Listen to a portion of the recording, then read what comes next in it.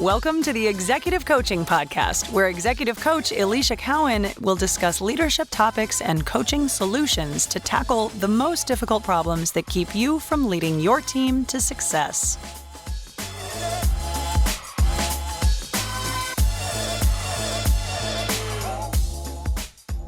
Hey there, to my fellow senior leaders. Welcome to this episode. We are on number 66 of the Executive Coaching Podcast. And I will tell you, I am recording this mid-May, and I'm in the process of trying to batch record. So I'm trying to get ahead of the game. So when this airs, it'll be probably the beginning of June when we're going to go live here. But in the midst of things here in mid-May, we've got just a few weeks left of school left in the school year for my kids. And so activities are wrapping up. And this weekend, we got a fun weekend planned because I'm headed to Austin with my husband to celebrate one of our best friends getting his MBA. And so we're really excited to go travel and celebrate with him. And then after that, my sister's coming to town. My younger sister is just coming to visit for a few days, and she wants to go do all the fun Florida tourist activities. So I can't wait. I think she wants to go to Hollywood Studios. We're trying to get to the beach. We just have a whole girls kind of weekend planned when she comes to town. So I have a lot of fun pre-summer activities coming up.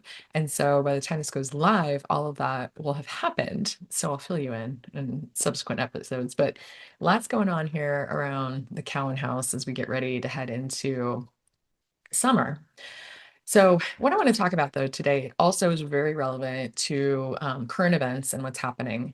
And as you know, I love to coach on having tough conversations. And so today we're going to talk about tough conversations, but specifically, we're going to talk about how to lead through uncertainty when you do not feel certain either. And so, as executive leaders, we have to guide and reassure and communicate clearly, even when we're navigating through the fog ourselves. So, today, I want to unpack how to do that without losing our footing, and how do we go through this with a level of confidence, and how coaching can help you stay steady through this entire process. So here's the situation right now. The landscape, as we know, is shifting. If you turn on the news or if you look at the internet at all, you know and have heard about the T word, tariffs and trade wars.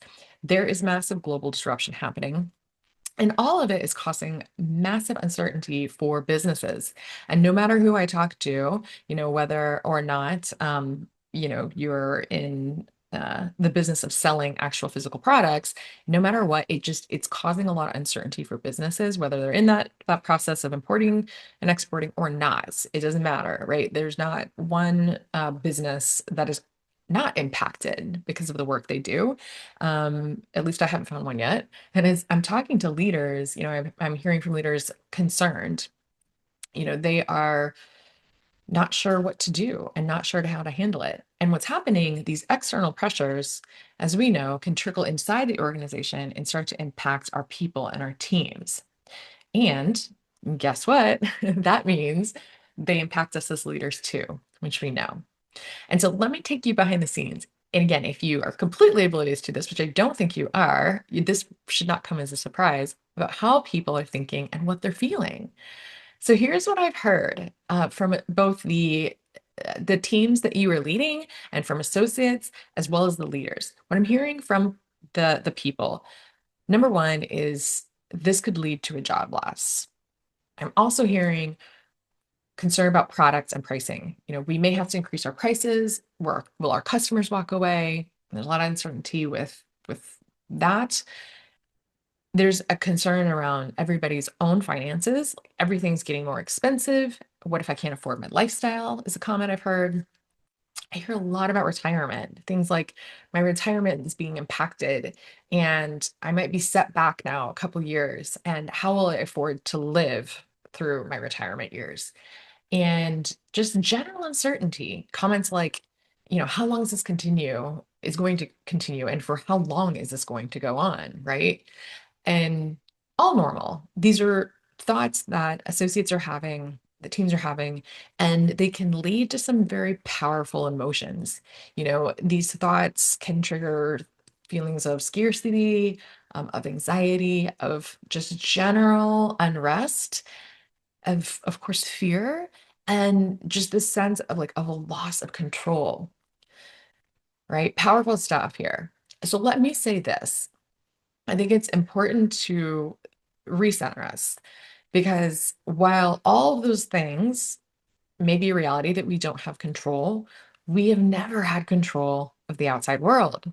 Which again, cognitively, I know that we know this, but I think sometimes when we have disruption occur, we think things like this shouldn't be happening.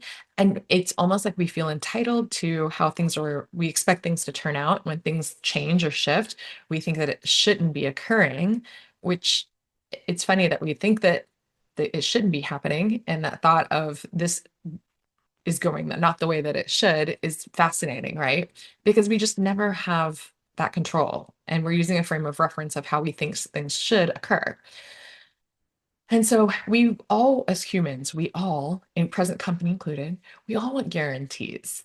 And a big reason that we want a guarantee of how tomorrow is going to go, it's so that we actually don't have to feel uncomfortable today. We want out of those uncomfortable feelings that I just mentioned.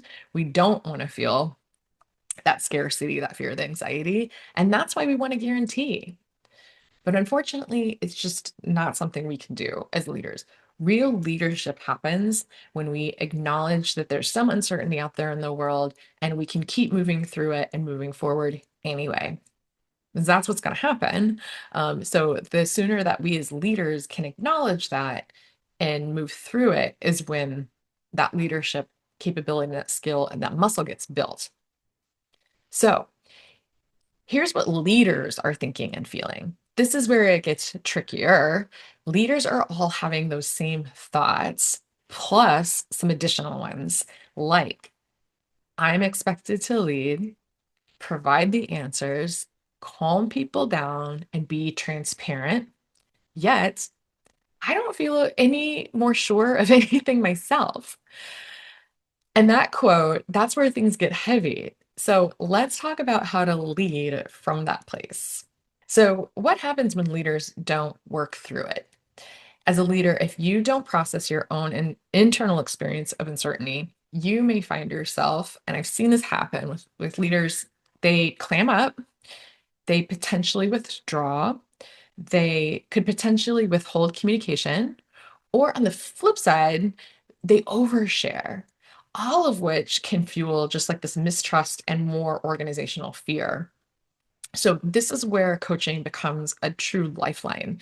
You get a place and space to process through your thoughts so you don't offload that emotional weight onto your team. I'll give you an example. I know a leader that was considering some organizational shifts with his team, and he alluded to the fact that this shift might be changing. He did not confirm it, he alluded to it, but that statement caused so much anxiety and lack of of certainty with the team, that it really led to a negative effect and ended up impacting a lot of different people and having to share more information and change timelines way ahead of when the organization was ready. And so, like I said, either like withholding or oversharing, both can be really, really damaging and can really um, shift some of just this chaos on even where you don't want to onto the team. So, what do you do instead? We're going to go through this together. We're going to give you some 10 very tactical tips to lead through this uncertainty while still staying human, so you can keep your authenticity through it. So let's go through it. Let's talk through some real practical ways to lead through this. These are the kind of tools that I like to offer more in depth with leaders and coaching sessions every day. But I'm going to give you some nuggets here so that you can start to put some of the stuff into practice right away. So the first one, be transparent, but thoughtfully. So what I mean by that is you want to share what you know. However, you don't want to overshare here. So you can share what I like to say is not confidential or is not, again is fully baked and is not in this, like, again, the mode of alluding to or maybes. So you got to be really cautious with that. And so you want to share what you can and then it's appropriate. And it's not any of this maybe information or like sort of or alluding to that could cause panic.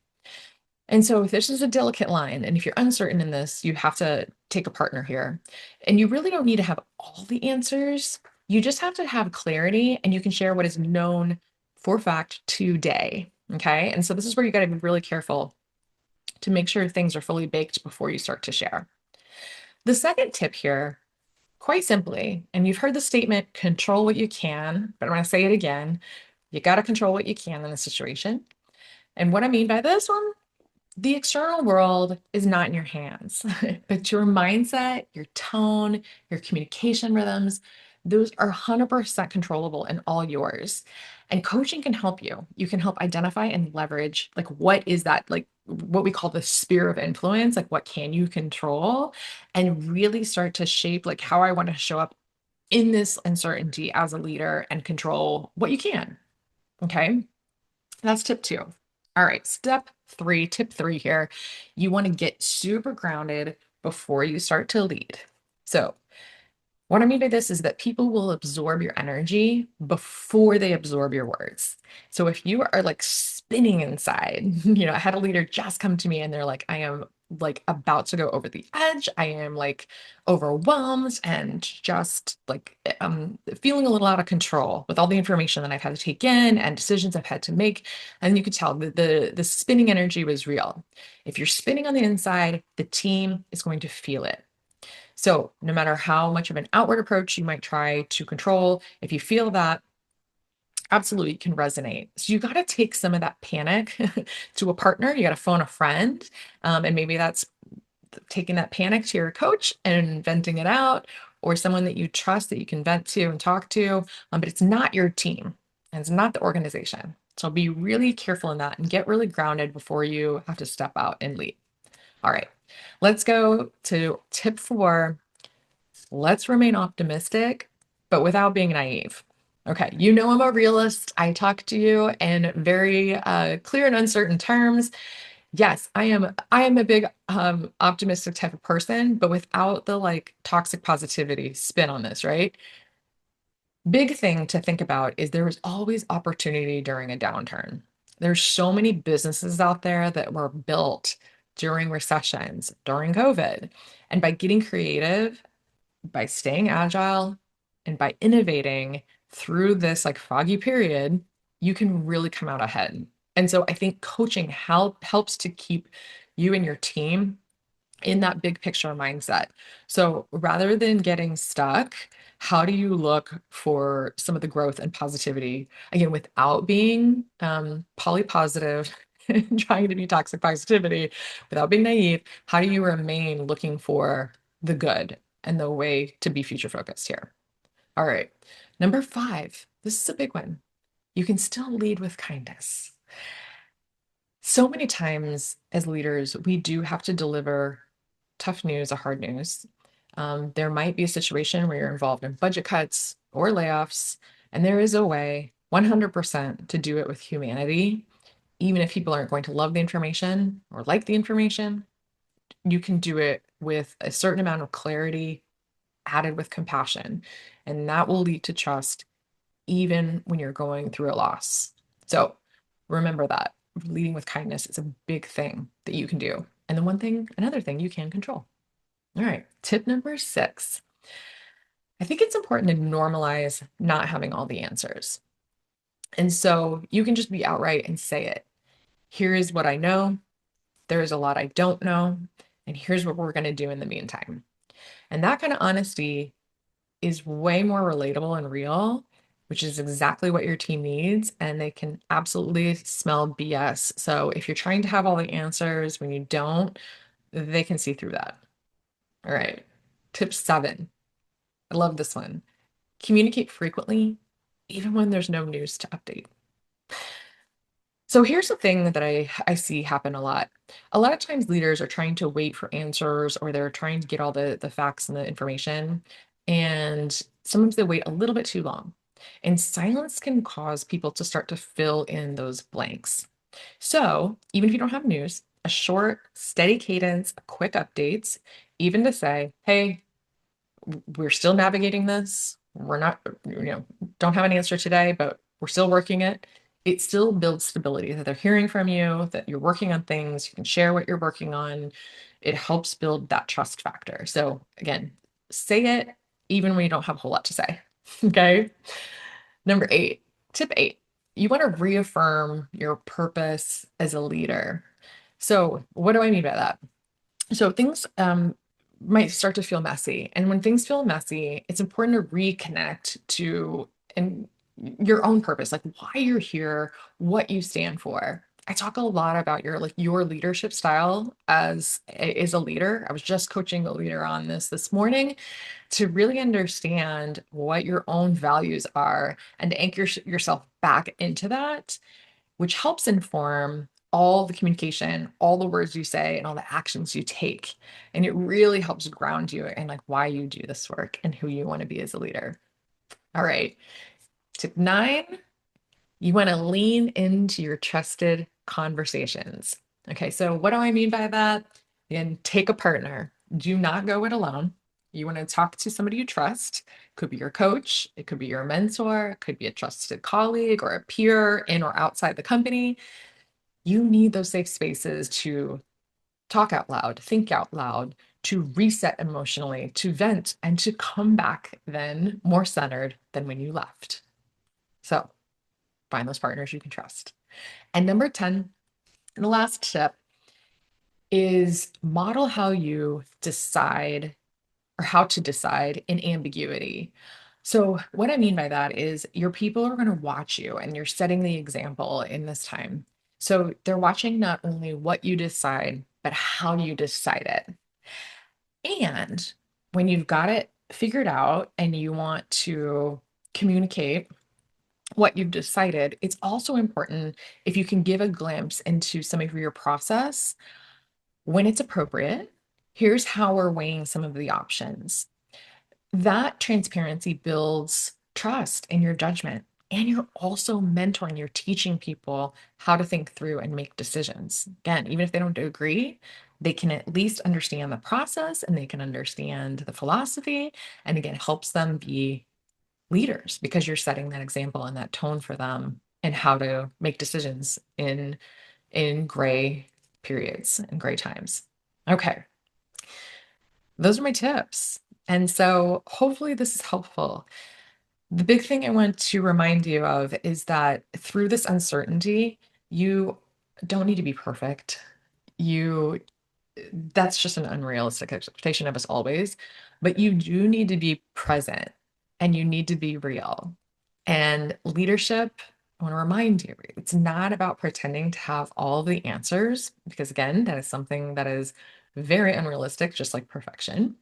Leadership is all about showing up with that amount of clarity, calm, and care, even when things feel unclear, and even when you're unclear yourself.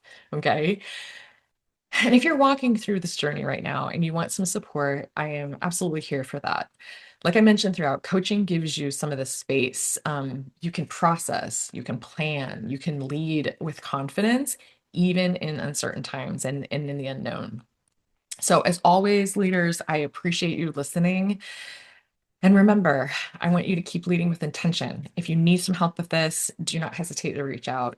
You can find me on my website. It's ElisiaCowan.coaching.com. It's ElisiaKeown coaching.com. I've also got a really great resource for you because you are busy, you don't have a lot of time. And if you want my most top downloaded, most popular podcasts, I've curated a list for you. So if you exchange your email for that list, it'll get you up and running and listening to a couple more resources that you can listen to on the go. And so that resource is for you and ready right now. So if you want to go grab it, head up my website. And until then, we'll talk to you next time. Thanks, friends. Bye.